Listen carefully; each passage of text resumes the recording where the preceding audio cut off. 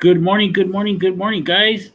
If you're watching this, it is now January 2021, and you guys are in your first week back at school. I'm recording this the week before we leave for vacation because I wanted it to be ready for you guys for when you first got back.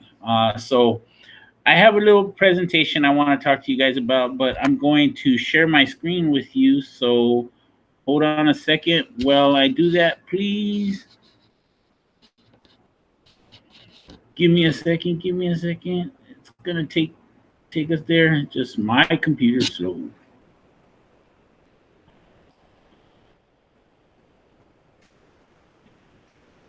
All right, it's coming up. It's coming up, guys. It's coming up. All right, on my screen it says Happy New Year 2021. Goodbye 2020. Welcome 2021, right? We're saying goodbye to 2020 because 2020 honestly wasn't a very good year for anybody really, unless your name was Jeff Bezos and you owned Amazon.com. Okay. 2020 got a lot of people sick, right? With the COVID virus. A lot of people died, unfortunately. A lot of people lost their jobs. A lot of people lost their houses, their businesses. So 2020 wasn't that great a year, right? And a lot of us ended up having to leave school and staying at home, and it just wasn't a fun year. So I am glad that New Year's is here, 2021. It's going to give us a sense of hope, right? Things hopefully will change this year. We got the new vaccines that are coming out to help us with COVID 19, right? To help us get rid of that so we can get back to a normal sense or something similar to what was normal before, right? And coming back to school, all being safe back here at school and studying like we were used to. Okay, so we're going to talk about the new year, about what that means to a lot of people, and about how a lot of people take the opportunity or the chance of in a new year to do things to make themselves better. Okay, so I just wanted to talk to you about some New Year's traditions all around the world, right? Everybody in the world pretty much celebrates New Year's, even though New Year's may be on different days for different people. Okay. A lot of the world celebrates January 1st as New Year's, but there is a lot of different New Year's days depending on what culture you're in. Okay. So in Brazil, they celebrate New Year's, and in Brazil, they wear all white clothes from head to toe on their New Year's because white means like purity. It means a chance to start over. Okay. In Denmark, they get their old plates, right, that may have had like a little chip in them or a little crack on them, and they go up to their friend's door and they smack the plates on their friend's door to shatter the plate on the floor. Okay. And their friends know how many friends they have by how many plates are on the floor in front of their door in the morning. Okay, so if you go out in front of your door and you got thousands of plates on the floor, then you know you got thousands of friends. Okay, in Spain, they shove a whole mouthful of grapes. Okay, or they shove a whole handful of grapes in their mouth, and they want to be able to have 12 grapes at least, of the big giant grapes. Okay, in their mouth to represent one for every year of the month. Okay, so I don't know how many of you guys think you could fit 12 grapes in your mouth, but they're not little tiny grapes, they're big giant grapes. Okay, in a country called Estonia, okay, they eat 7 times on New Year's Day, right? Here in the United States, we eat big giant meals too, but they're eating 7 times on New Year's Day because it means that they're going to have great wealth for their families and be able to put food on the table all year. Okay. In Thailand, they have a full blown water balloon fight where they literally get water guns and buckets and water hoses, and the whole country basically has a water fight. That would be a cool New Year's event, right? South Africa, they throw out all their old things from the year before out the window of their house. Okay, so they could start with new things. So there's a lot of New Year's traditions all over the world that they do different things, right? And here in the United States, we kind of have our own New Year's traditions, right? So For a lot of us, we throw a party on New Year's Eve and we invite our family and friends over to come and hang out with us, right? For a lot of us, we watch that ball drop in Times Square at midnight on the TV, right? You've seen that big old giant, it's a light ball that drops from one of the buildings in New York. I don't know which building is it, the Sears Tower, I believe, where it just kind of drops really slow, slow, slow. And so when they do the countdown from 10, right, by the time it gets to 0, it hits the top of the building and then stops. And everybody goes crazy. Adults, sometimes they drink champagne at midnight, right? Or cider for the younger kids, right? For the younger folks, they'll drink apple cider or some other kind of cider. And then you kiss your loved ones at midnight. So if you have like a boyfriend or girlfriend or husband and wife, you would give them a kiss at midnight, and then you would go around kissing your family, your mother, dad, brothers and sisters, give them a kiss on the cheek, okay, just to show everybody that they're loved at midnight, right? On New Year's Day, you would have a giant family dinner on New Year's Day where everybody comes over and you guys get to sit down. Different cultures have different food, right? And the biggest tradition probably here in the United States is people make resolutions to do different things, right? And what a resolution is, it's like a promise to yourself. Okay? And there are a bunch of different kinds of resolutions. Some people resolve to go on a diet. Some people resolve to stop smoking or stop drinking. Some people resolve to take up a new sport or become more adventurous or go on more hikes. Some people are resolved to go traveling more, right? So you make a promise to yourself to do something new or do something different from the way you had done it the year before, okay? And these are huge because a lot of people do make these resolutions every year, but the problem is a lot of people flake out on these resolutions and don't live up to them every year as well, okay? So we're going to talk a little bit about that.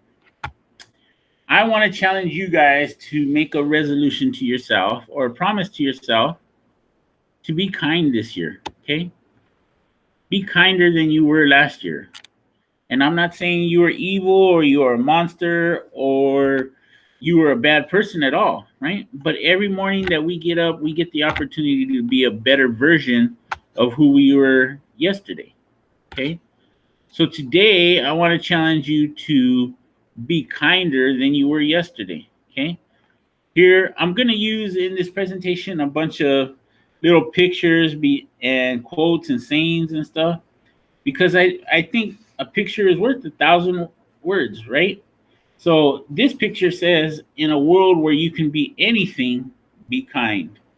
Right? I don't know who originally made this little saying, but it does make sense, right? If you can choose to be anything, why not choose to be kind? You'd make it so people would have a better day. You'd make it so you'd have a better day. And the more people that have better days, the better the world is. Okay, so you're actually improving the world by being kind. Let's see. Ooh, this is a really important one as well. Okay. Kindness is a gift everyone can afford to give. Okay. So kindness is free. Doesn't cost you anything to be kind to somebody. Maybe it takes some work, maybe it takes some time, right? But you don't have to have money to be kind. You don't have to have money to care for somebody, to love somebody. So kindness is a gift everyone can afford to give. Even you guys, even me. I'm broke. They're broke after Christmas, but I can still be kind, right? Even a small act of kindness can make a difference in someone's life. Okay. So sometimes, you guys, when we're young, we don't know how or why we can make a difference in the world, right? We think, oh, I'm not even an adult yet. How am I going to make a difference in the world? But you can, okay? You can make a difference in someone's life, and that life is something that's important in this world. So if you do a small act of kindness and you make somebody smile, you make somebody feel better that day, you're making a difference in the world, okay? You may not see it as this huge difference, but it really is. And it's important. And we're going to talk about why that is. Okay. Can I really make a difference? I pulled out this picture because it's important. There's a man sitting on top of a mountain, right? And all he's doing is overlooking other giant mountains.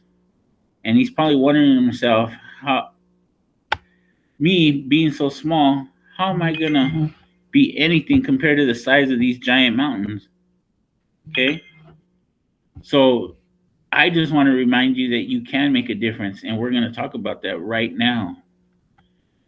There's this thing called the starfish story. Maybe some of you guys have heard about it, but we'll talk about it again. Okay, it was a poem that was written a while back. It's an American English poem. Okay, and I'm going to try to give you my best synopsis of what it was. Okay, my best summary about what it is.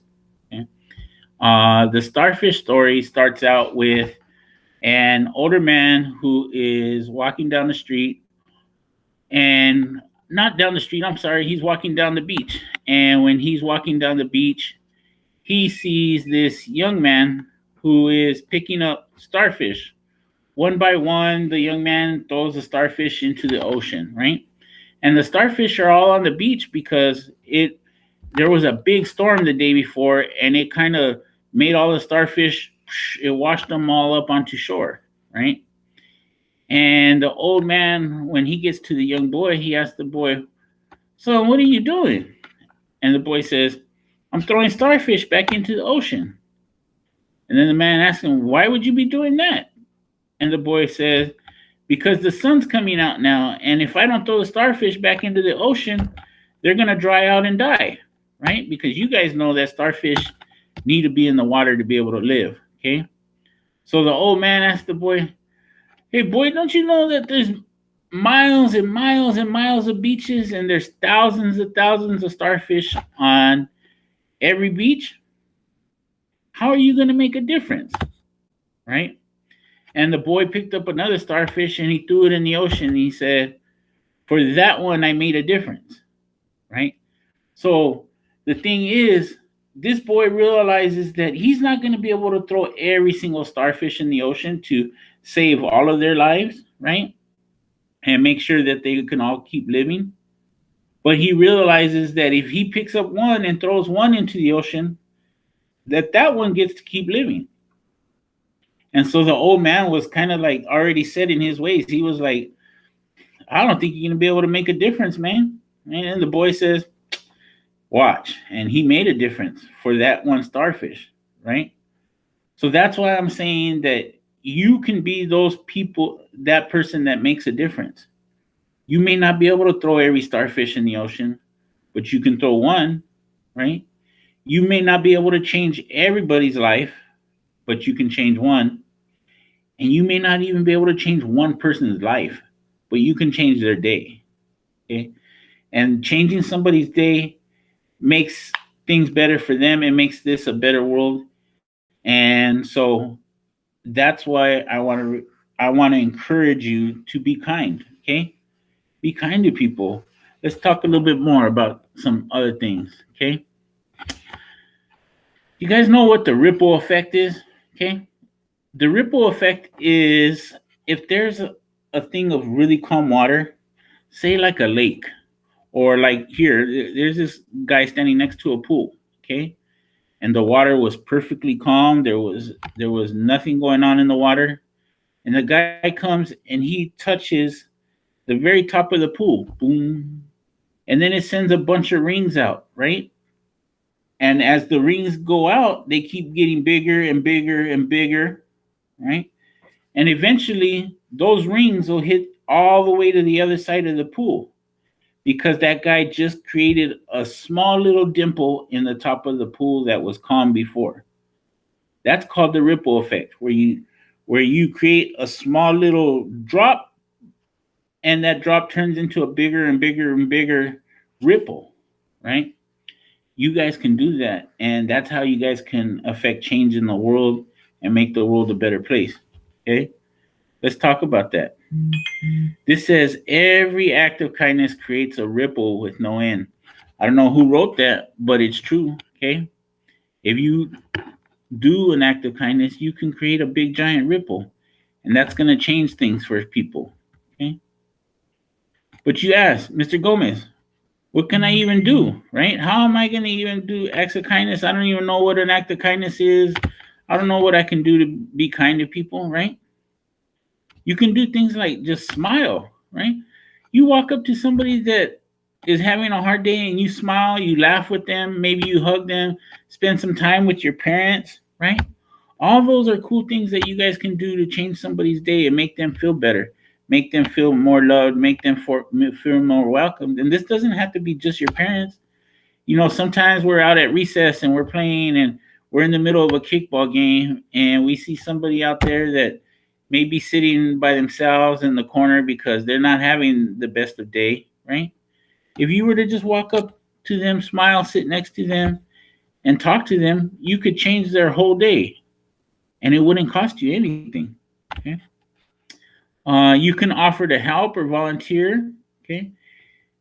Somebody is trying to, you and your mom are at Vaughn's and an older person is trying to push their cart of groceries to their car. You could run up to them and offer to help. Sir, can I help you push your groceries to your car? I noticed you were having a little difficult time. Or, ma'am, can I help you take the bags to your car? Or you can offer somebody to help them carry the bags out of their car into the house, right? If that's your next door neighbor or something. Or volunteer to help somebody cut their grass, like your next door neighbor, or sweep out their patio or something like that, right? Or you could even take care of your own needs so nobody else has to do it, right? If you clean up after yourself and clean your own messes, then it makes life easier on the people that normally take care of your needs, right? Like if your mom cleans up after your mess, normally she don't have to do it, right? You could be polite, offer a compliment, or behave as you should, right?